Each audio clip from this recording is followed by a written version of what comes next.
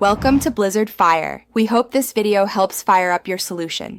In this video, I will show you how to make a delicious mojito at home, step by step.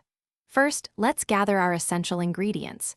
You'll need about 10 to 12 fresh mint leaves, 2 ounces of white rum, and 2 tablespoons of fresh lime juice. Don't forget 2 teaspoons of simple syrup, about 4 ounces of chilled club soda, and plenty of ice. Having everything ready makes the process smooth and enjoyable. Now, let's begin the magic. Place your fresh mint leaves into a sturdy glass.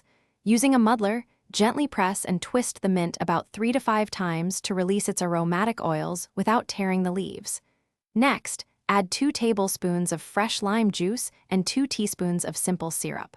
Finally, pour in 2 ounces of your favorite white rum. This combination forms the flavorful base.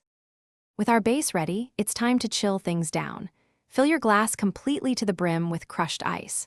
Crushed ice is ideal because it chills the drink quickly and evenly, enhancing the refreshing experience. Then, slowly top off the mixture with about 4 ounces of chilled club soda.